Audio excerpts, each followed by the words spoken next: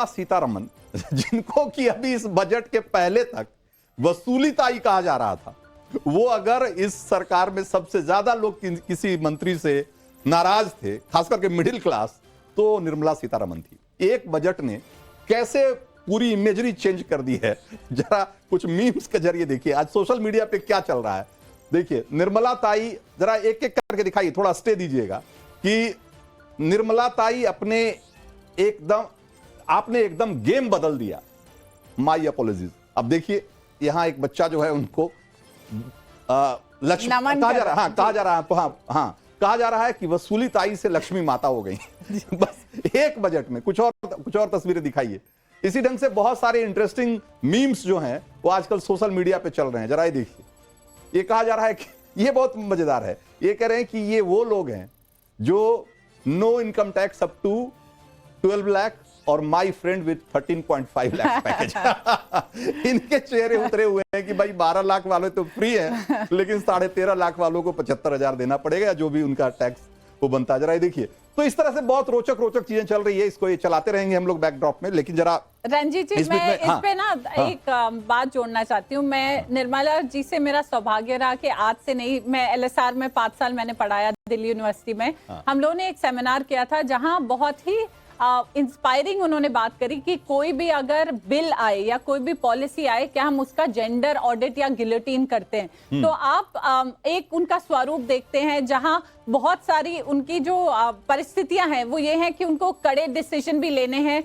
तो बहुत बार आप जैसे आप जिक्र कर रहे थे कि काफी मीम्स बनते हैं या काफी कटाक्ष होता है, बट हमने उनका वो रूप देखा है जहां हर सोशल प्रॉब्लम, हर तबके के इश्यूज वो गहराई से समझती हैं। और ये बजट की भी अगर आप देखें तो आज सुबह भी जिक्र हो रहा था कि RRR किस्म का बजट है, रिस्पॉन्सिव भी है, रेफॉर्मेटरी भी है, सुधार की भी उन्होंने प्रयास करे हैं और रेवोल्यूशनरी भी है। तो अगर आप इतना मतलब जिगर रखते हैं और इतनी कुव्वत रखते हैं कि आप पब्लिक की, जनता के भले के लिए डिसीजंस ले सकते हैं, बहुत अग्रेसिव गोल्स भी आपने नहीं रखे कि स्टेबिलिटी आए इकोनॉमी में, पर वाकई मैं कहना चाहती हूँ ये सबका साथ, सबका विश्वास और सबका विकास वाला बजट है।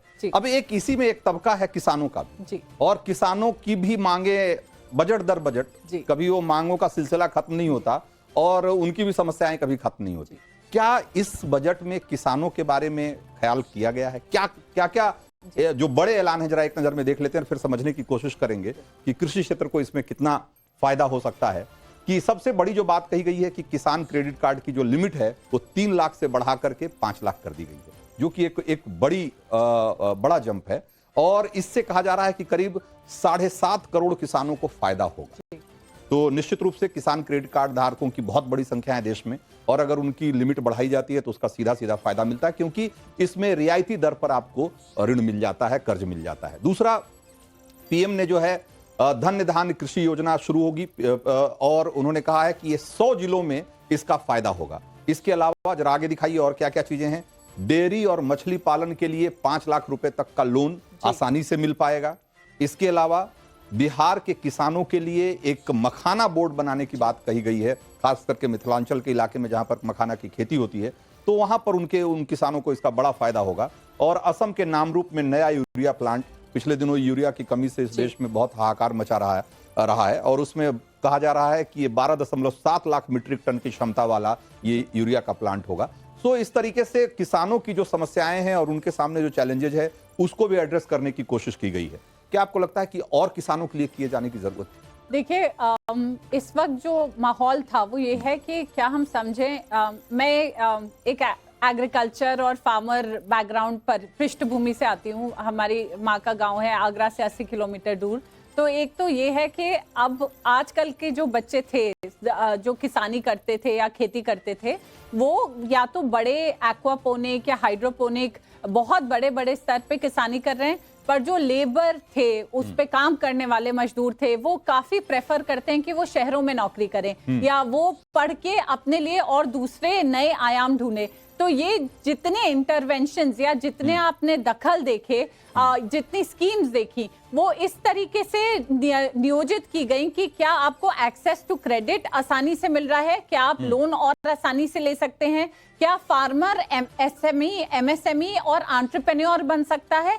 दूसरी बात जो आपने देखी, वो जो हमें यूरिया की कमी महसूस हुई, वो आपने देखा कि हम उसके लिए प्रयास कर रहे हैं। और एक बहुत बड़ी बात है, मखाने को शायद हम लोग सब बचपन से खाते आए हैं, हर व्रत में, हर त्योहार में बनता है, पर अब ग्लोबली मखाने को मैग्नीशियम, कैल्शियम का बहुत रिच सोर्स माना जा रहा है। वो ब्रांड बिल्डिंग हो सकेगी एक मखाना बोर्ड के साथ। यही सारी चीजें अगर आप इटली या फ्रांस में देखें तो फादर सन 150 साल पुरानी हमारी छोटी दुकान है, वो हमने ब्रांड नहीं बनाई, उसको सुनियोजित तरीके से जब आप वैल्यू एडिशन करते हैं तो उससे मुझे लगता है बहुत फायदे होंगे। और मुझे लगता है अभी भी भारत कृषि प्रधान देश है, तो हम जितना करें अपने किसानों के लिए, अन्नदाताओं के लिए कम ही होगा। एक और महत्वपूर्ण चीज है, लोग कहते हैं कि अगर इस देश को, अगर विकसित भारत का सपना अगर सच करना है, साकार होना है, तो ये जरूरी है कि इस देश में जो महिला वर्कफोर्स, जो महिला आबादी है, उसको एक वर्कफोर्स का हिस्सा बनाया जाए। और जब तक ये नहीं होगा तब तक हम विकसित भारत का सपना हमारे लिए सपना ही रहेगा।